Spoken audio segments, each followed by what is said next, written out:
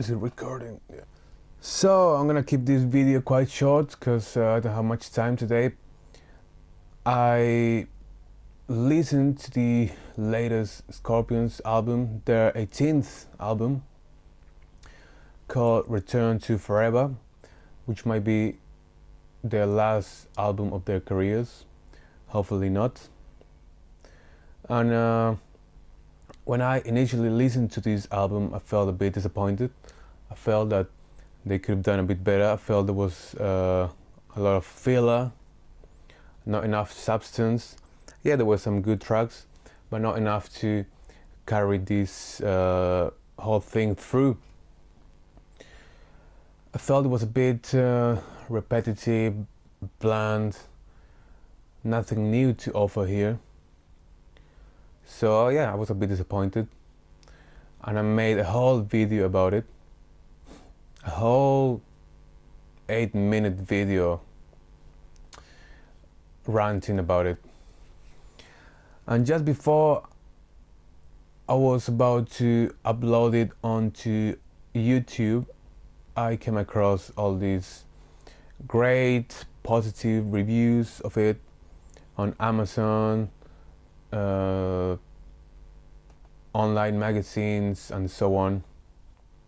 And I thought, fuck, am I listening to the same record as these people are?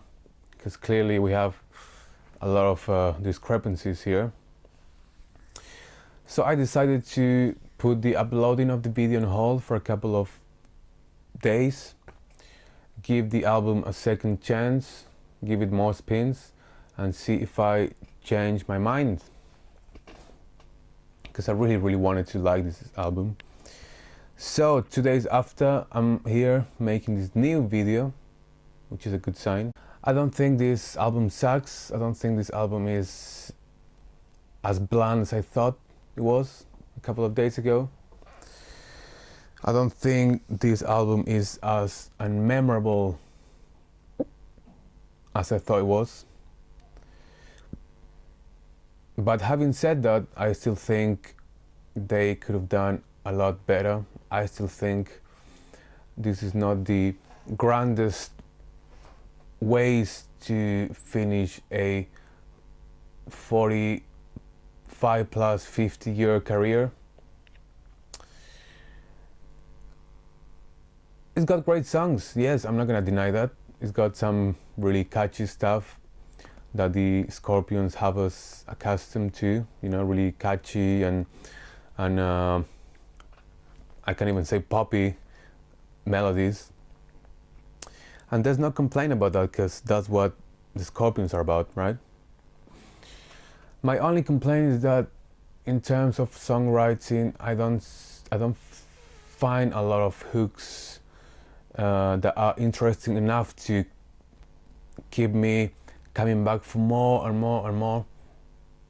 I remember when I first bought the previous album, Stinging in the Tail, I was initially instantly hooked, and I kept listening to the album for days on end, weeks and months on end, and to this day I still listen to it quite a lot.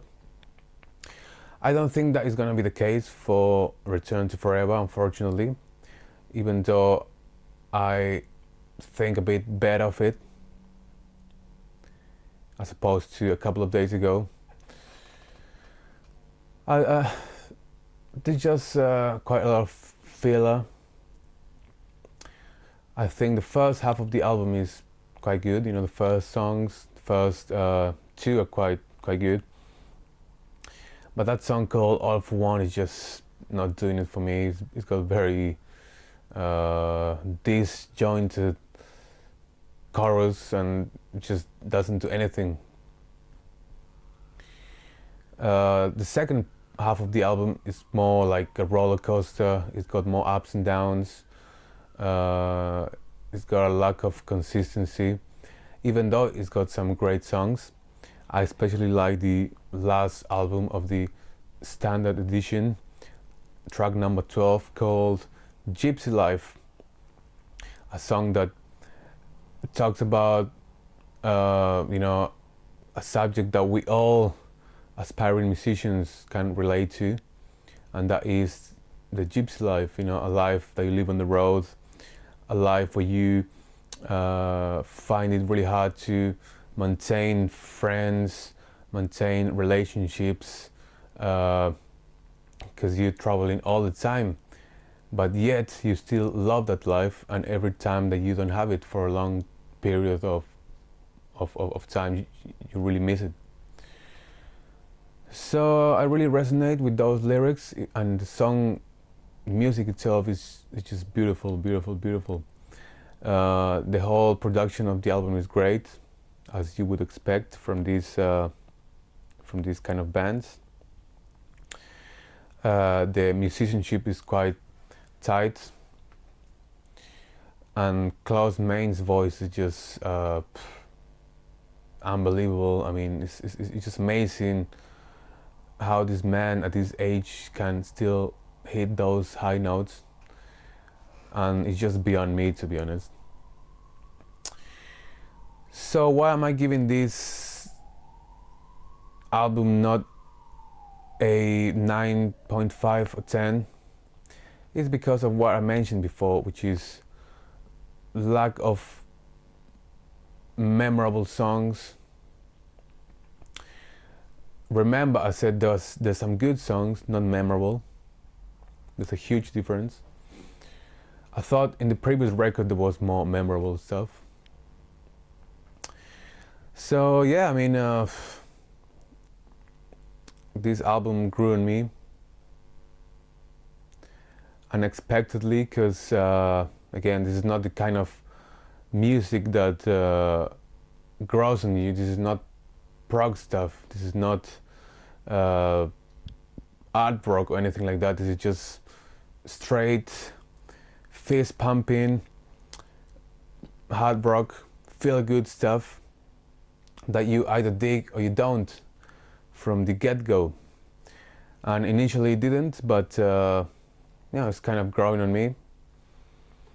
I don't think it will be part of my go-to playlist when I want to listen to some Scorpions.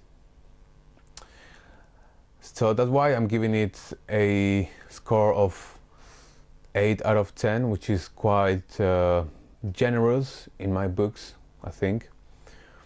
I know a lot of you are gonna disagree, because I've seen you giving it 4.5 5-star reviews all over the internet, which is fair enough. We don't have to always agree.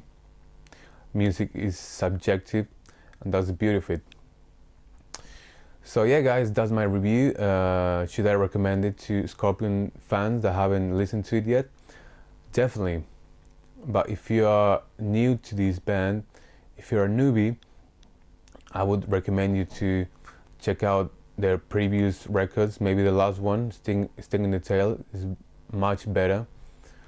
And even the classic ones, Love Drive, and yeah, thank you for watching. Hi guys, fuck that review. This album actually deserves a 9.5 out of 10 rating. I gave it a proper listen. It kept growing on me. So forget that 7, 8 out of 10 rating. This really deserves a high rating. So yeah guys, fuck that review and see ya.